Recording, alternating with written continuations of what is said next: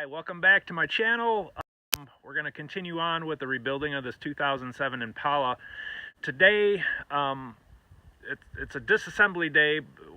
I did this last night because the weather was really nice and sunny when I got home from work, and I didn't waste any time in getting these front end parts off. So I'm just going to show you how they come off and show you what I disassembled and show you some of the damage close up that we found while we were doing this. I got my camera operator with me today. Turn the camera around, camera operator. Hi. Yeah. Okay, and we're going to, I'll show you what we did. We took the wheel hub out.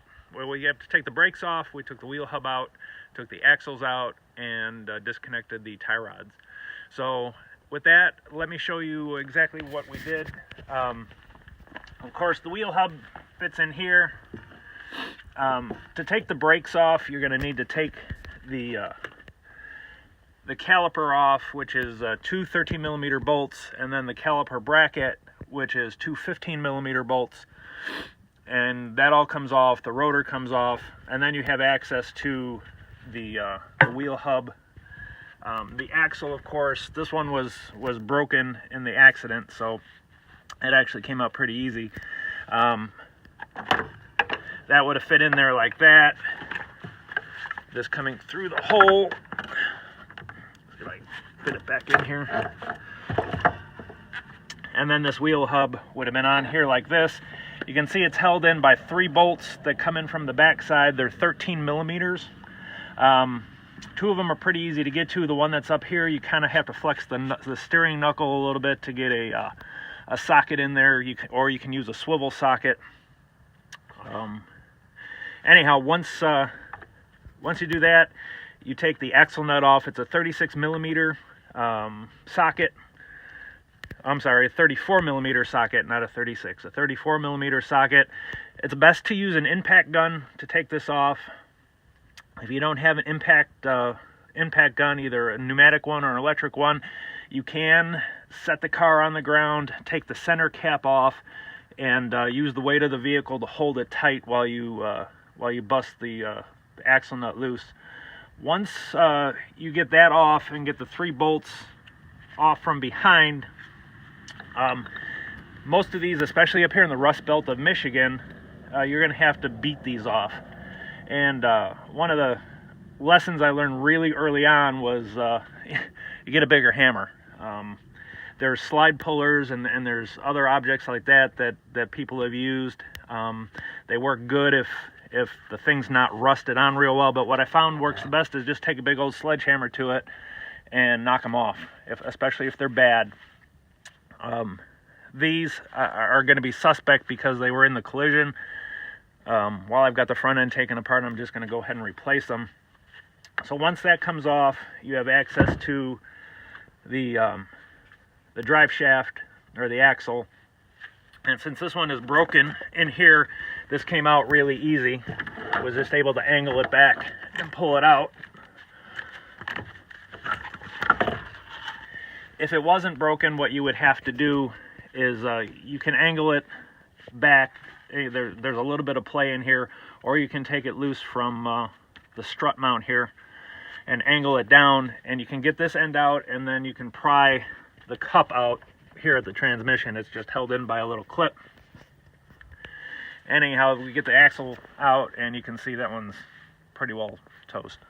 That's going to get replaced. The bearing's going to get replaced. The other thing that we took off last night was the tie rod end. This tie rod is bent. Here you can see it over here a little bit. You can see there's a bend in the inner tie rod shaft right about there. So since those are coming in the suspension kit that I ordered, we're going to replace those anyhow. They're held onto the steering knuckle right here by a 19mm nut. The factory one, this side is factory. The other side I replaced already, so it was held on with a castle nut and a cotter pin. These only go back off so far, and then they lock, and then you have to use a sawzall or a grinder with a cutting wheel to cut the rest of it off to get it off. It's no problem though, because you're not going to reuse them. Like I said, this one's torn out. The boots are bad anyhow. It was time for that to be replaced anyhow. The other one was in much better shape because I had already replaced it a couple years ago. The other part of this right here, as you can see, this was the broken part of the lower control arm. And this is the ball joint right here. Katie, come around, get a little side of that. To get that off,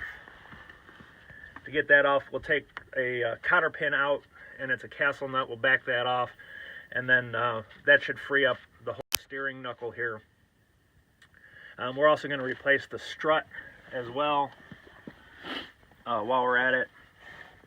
The brakes are in good shape. I had just done a brake job not too long ago, so the pads and calipers are in pretty good shape, so we're not going to replace that.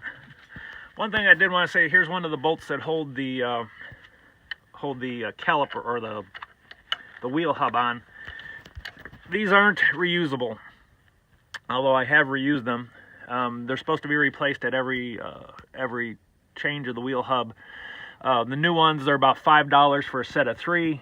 Ordering on Amazon or Rock Auto or any of the parts dealers, they're pretty cheap, and it's good insurance that you're going to have a proper attachment and that the bolts will hold. They come with a little bit of blue locking thread sealant on them. The new ones do.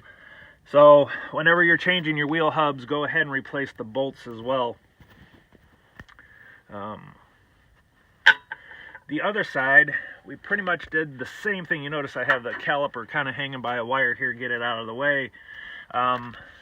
We're going to have to replace this lower control arm, obviously, because it's bent or it's broken. So, and those attach here and back here, and that'll be covered under a separate video. Also, we need to see the sway bar link is totally bent, so we'll have to cut that off. Hopefully the sway bar is in good shape. So let's go over to the other side and take a look at what we did over there.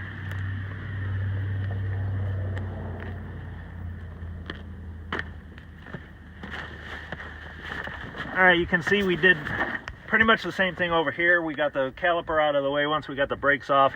You can see though that the axle is still in place. The control arm is in one piece because this side wasn't damaged. Although we're going to replace that too because it's time. The bushings are crusty, and while we're doing it, we're going to replace it. This was the tie rod end that I had actually replaced before. You can see I didn't have to cut it. It just came off with a castle nut. But you can see it's bent, and that was from the impact after the collision.